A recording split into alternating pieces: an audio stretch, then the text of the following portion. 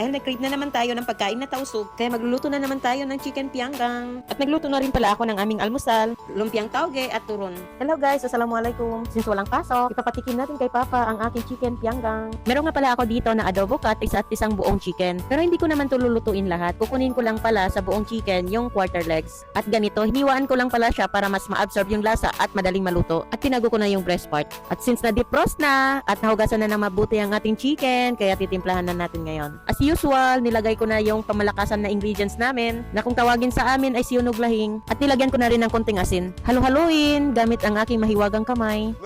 Then after, i-rest natin siya at least 30 minutes. At nagpainit na rin ng mantika para igisa ang sibuyas at saka bawang. At naglagay din pala ako ng luya. As usual, gisa-gisa hanggang lumabas yung aroma. Since mabango na at alam kong amoy na hanggang kapitbahay.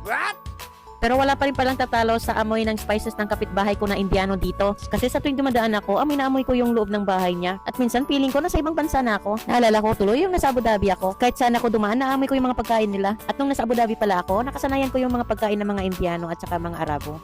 At pati na rin mga pagkain ng mga kapwa ko ding Pilipino na hindi ko nakasanayan noon. Like mga sinigang at saka sopas at marami pang iba. Kaya minsan, hinahanap-hanap ko din yung mga pagkain nila. Minsan sabi namin ni Iman, ihingi kami ng ulam niya.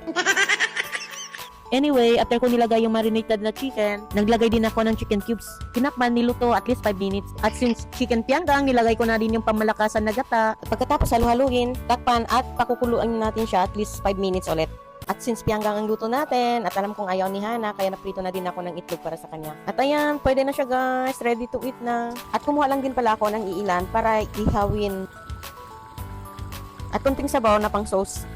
At ito lang yung kinuha ko. At since ihawin to, nagtira na rin ako ng iba para at least magiging dalawa ang ating putahe. At dito sa labas ng apartment namin, nagpaapoy na rin pala ako. Hindi na nakita sa video. Pag ganitong luto talaga, nako, paborito talaga to ni Iman. Tinanong niya pa nga ako, bakit nung birthday niya is hindi ako nagluto ng ganito? E paano kasi mag-isa lang din ako. Pero at least, nagluto naman na ako ngayon, kaya bawi na lang din siya.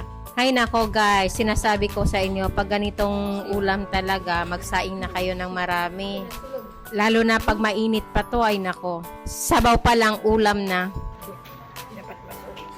Patikim ko kay Lolo. Hindi, nag-video ako siya to. Meron dati. Ayan, naka-play. Sili. Oo, bigay mo kay Lolo mo. Para pogi siya, makakuan siya, chicks. Sige, ma. Suit mo daw, ma.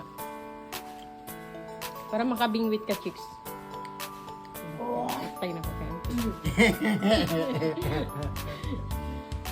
Yummy! Yum, yum, yum! Ay, sarap no? This one, Kira sa ni Marika